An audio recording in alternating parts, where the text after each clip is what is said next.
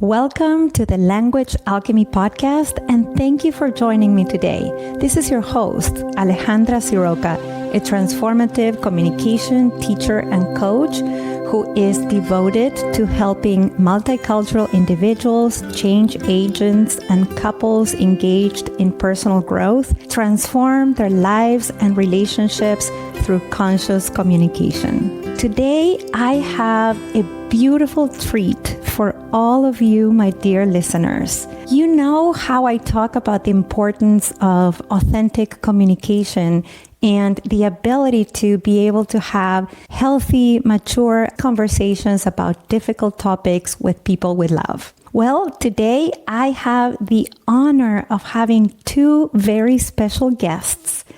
First of all, I'd like to introduce you to Kawthar Duncan, who is an educator, an immigrant from the Middle East, a wife and a mother of two. She lives in San Francisco and she loves going on walks and spending time with her kids and camping in the various state parks in Northern California. And also my other guest is my dear friend and spiritual brother, Noam Szoke. He is a teacher, a friend, a father, and a partner. He lives in San Francisco and is interested in elementary math education, meditation, peace, stargazing, and walking in the woods. He was born and raised in Israel, and he is on the board of the SF Dharma Collective, which is a Sangha-led Dharma community where I have the pleasure of teaching and being in contact with. So welcome to the Language Alchemy Podcast, Kawthar and Noam, and thank you for agreeing to have a conversation with us and tell us how someone from Israel and someone from the Middle East who have a friendship can talk about what's going on in the world, and especially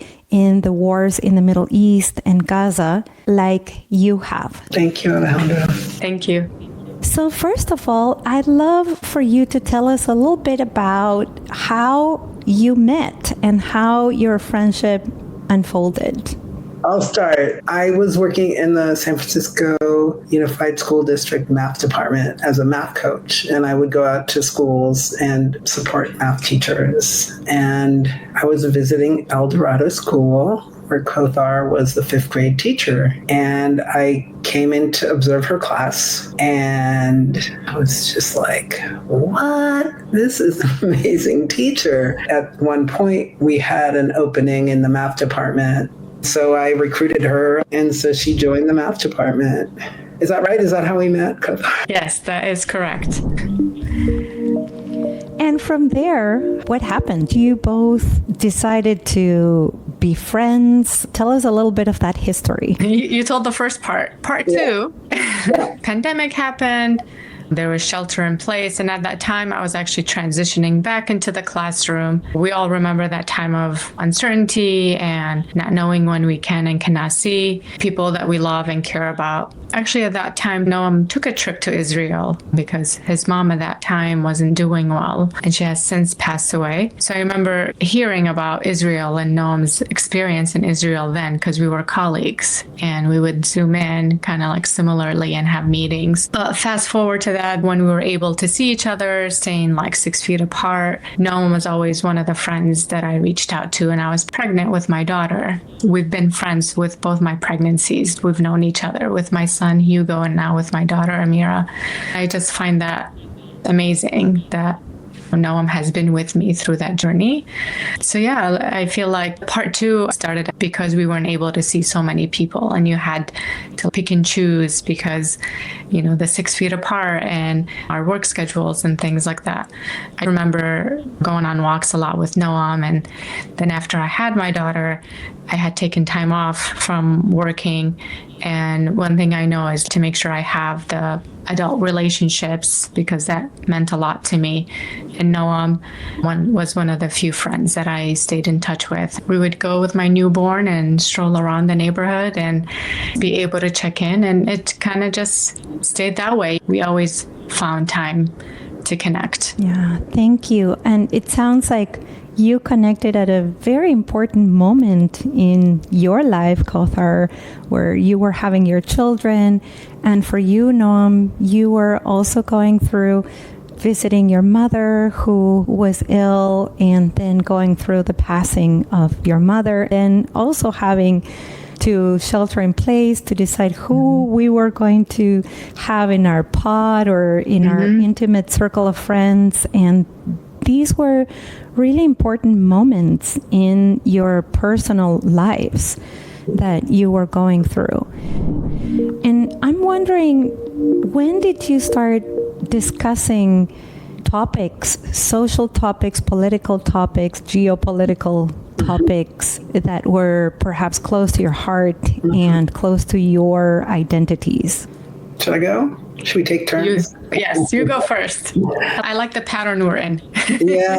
Well, somewhere in there, once Kawthar joined the math department, we started talking, and I remember this moment when we realized we were both immigrants.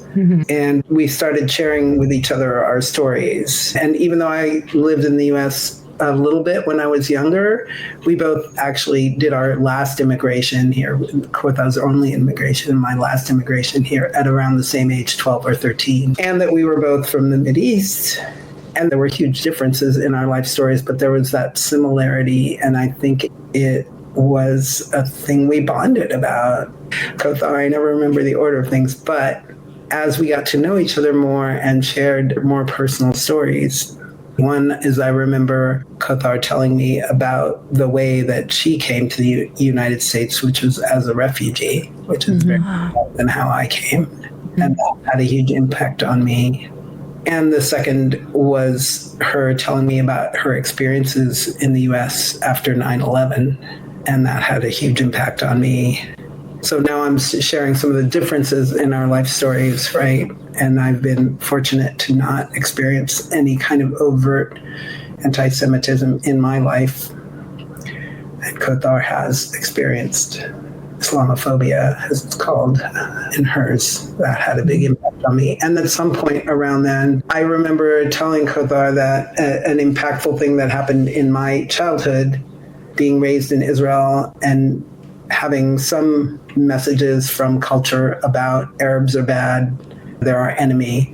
At the same time, one of the things I remember very clearly my father told me that always impacted me was him saying, the Arabs are our cousins.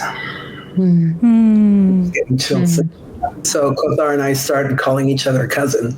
To this day, when we text each other, it's often, hey cousin, how are you? And that just is so sweet for me. And even before any of what happened in the last year was impactful and really healing for me, because I had never been friends with an Arab before. Thank you. This is so, so tender. I wonder, Kawthar, if you feel comfortable sharing some of those experiences with us. What was it like for you to be an immigrant, a refugee to the United States? Here we are, 3 immigrants and 3 educators. Something that you may not know is that I used to be an elementary school teacher, teaching English as a second language and foreign language, and all my students were immigrants, and 85% of them were refugees. Wow. So we all share that common thread of being immigrants. How was that for you, being a refugee to the United States as an Arab? Yeah. I would say pre 9/11, I had experiences, but I also grew up in Dearborn, Michigan.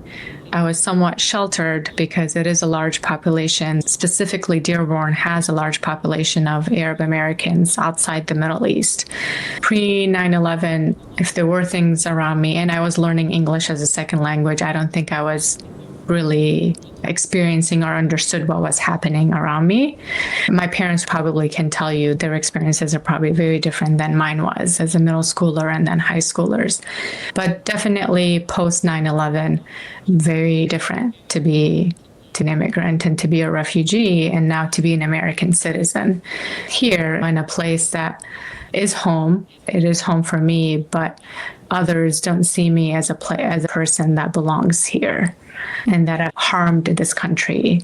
The generalization of it. And to experience that as a high schooler, I think it took me a long time to be able to put words to not being proud of where my upbringing, my cultural background, my ethnicity, the language I speak really harmed me during a time that I was very critical, as we know a lot about the teenage brain and the habits you develop and what you're thinking about your identity and who you are in this world.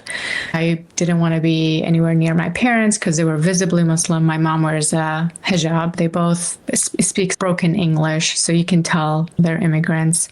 A lot of isolation, singling out in high schools. My parents were like your typical immigrants, moved us to a white neighborhood, a part of Dearborn that had predominantly white because that meant better education. They had that mentality, and we see this happening even now. It was hard because there's not many of us, and we definitely felt shunned out. I don't know if I've ever shared this story with Noam, but I wouldn't go by Kawthar because I didn't want people to know I was Arab American or I was different. So I would go by K, K-A-Y. I wanted to be as American as possible and felt like I always needed to say I was patriotic. It took almost a decade for me to get to a place where I was like, no, I'm proud of my parents. I'm proud of what they did to bring me here for a better education. And I wanted to give back to the Arab community, to all the marginalized communities. As the kids are growing up and hear these stories about who they are, whether it's immigration, Mexico, Venezuela, like wherever country, these stories, we see it now in the debates. The kids internalize, and that was me. I definitely internalized all the messaging in the media. I think it's kind of like how Noam and I always felt comfortable sharing and talking about, with the Black Lives Matter movement and that happening, really intensifying in 2020 with the death of George Floyd, and really me processing that with Noam being able to say, this is why the Black community is hurting. They're crying. These are the things that are happening. And we find parallels to what happened to Arab Americans, what's happened to Japanese during post-World War. There's more similarities in how all of these things play out than differences. There's different groups, right? Whether it's race or culture or ethnicity. Thank you. What an important moment in your life in which your brain as a teenage human being was developing. You mentioned the brain, and we know that when we're teenagers, the most important thing in the brain of teenagers that's developing, the limbic system, is all about asking, where do I belong? Who do I belong to? How do I individuate from my parents, my upbringing? They don't know anything. The only people who know anything are my peers. Who are my peers? Who's my group? Who am I? And having all those very human developmental questions within the context of post 9/11, being shunned, experiencing Islamophobia, and really it seems like having to, as a survival mechanism, move away and disconnect from your family, from your origins, and say, oh no, I need to be patriotic. I need to be seen as an American, so much so as to change her name. Yeah. I would love to devote at least a few minutes to honor your origins, your ancestors, your culture, and where you're from. We know that Noam is from Israel. Can you tell us a little bit about where you are from, where your parents came from, and some beautiful things about your culture, your ancestors? Let's take a moment to honor them. My dad is from Iraq. He was born and raised there. He escaped when Saddam Hussein became the president, the dictator, because they had a rule that men between certain ages had to join the military, had to fight in his regime. And that's something that my dad disagreed with. So he fled through the Euphrates River with a group of his college friends and moved to Iran. The only family he knew at that time there was my mom's family, because my grandpa had businesses in the same village as where my dad's family lived. So he worked for my grandpa, and at some point realized that he could never move back to Iraq because he would be imprisoned and very likely executed for escaping. So he then was like, okay, I'll start my life here in Iran. So married my mom, but he's always been an activist, social justice oriented, spoke against things that the government was doing that he disagreed with in cafes. And what we know about what that means in the Middle East is he was, in and out of prison. And that's what I remember of him during my childhood, is he was in and out of prison. And my grandparents, my mom's parents, actually are the ones that raised the first 4 kids, because my mom was really young, which we see is very common in cultures outside the US. People do get married at a much younger age than here. At some point, the Iranian government was like, next time we find you speaking negatively about us, you're never going to see your family, or you take your family and you move. So we moved to Syria.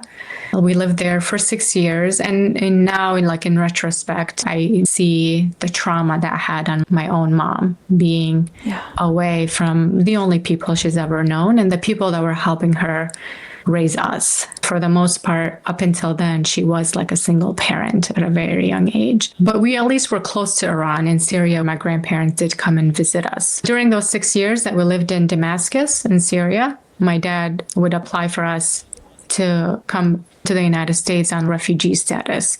And at that time, it was lottery based. I don't know what it is like now. So you just apply every year, and if your family's name is picked that year, you get to come to the United States. So 6 years later, in 1996, our family was chosen to immigrate to the United States, but they only give you 2-week notice to pack up your bags and to go. So my mom never really got to say goodbye to her parents. It wasn't enough time for them to come, make plans. So everything now that I know about trauma and the impact on it, I see it. I see all those different parts in my own parents' lives that I know are traumatic to have and to experience. Then the U.S. Embassy chose for us to be in Dearborn. Not everybody we were on a plane with went to Dearborn. Some went to New York or parts of Arizona. But for us, we were placed in Dearborn, Michigan, for originally Detroit, but then we moved to Dearborn. I grew up on food stamps, like all the stuff you hear now that people want to talk about policy. That was my family. We grew up on food stamps, Medicare, free and reduced lunch. I was a child that grew up very low socioeconomic because my mom didn't have an education. She's a stay-home mom. My dad does have a college degree, but it's from abroad. And you can't practice here when you have a college degree from a different country. He worked as a pizza delivery man and a gas station clerk. He had 2 jobs for all the times that I've known him up until we all moved out and have our own lives. Yeah, parents do a lot. They do a lot to sacrifice for their kids. Yeah. Yes. There's so much in what you have shared. I feel the impact that this has had on you, and I hear the respect and love that you have for your parents, and reminding us how there's so much that we don't know about each other and our histories, our stories, and what can happen in someone's life. Noam, how about you? Can you tell us about your ancestors, your origins? My father was born and raised in Hungary. His family had been there for at least a few generations. Grandfather had changed his last name to Szoke, which is actually pronounced Szoke in Hungarian to sound less Jewish. So it was not an easy place to be Jewish as far back as 2 generations before. When my father was quite young, World War II broke out. And Hungary was one of the last countries invaded by the Nazis. But at that point, they had all their systems in place. So even though it was one of the last countries invaded, a higher percentage of Jews from Hungary were murdered by the Nazis from any other country. My father was in Budapest, and at one point their family apartment was one of the places that other Jews were moved into as they lost their homes. And then eventually everyone went to the ghetto. My grandmother was sent to a Bergen-Belsen concentration camp, and my grandfather was sent to a work camp. And so my dad, at the age of 14, was alone in the ghetto, somehow survived. At one point, he found a bag of salt, and he was able to trade that for food. When the war ended, he was reunited with his father in the ghetto, but they didn't know yet if my grandmother had survived. My father used to go to the train station every day to see if she would come, and one day she did. His extended family were all killed except for 2 cousins and 1 aunt. He finished high school in Budapest, and then he escaped Hungary with some friends. They hiked to Czechoslovakia, eventually made it to Israel. And my mother grew up in England in a middle-class family.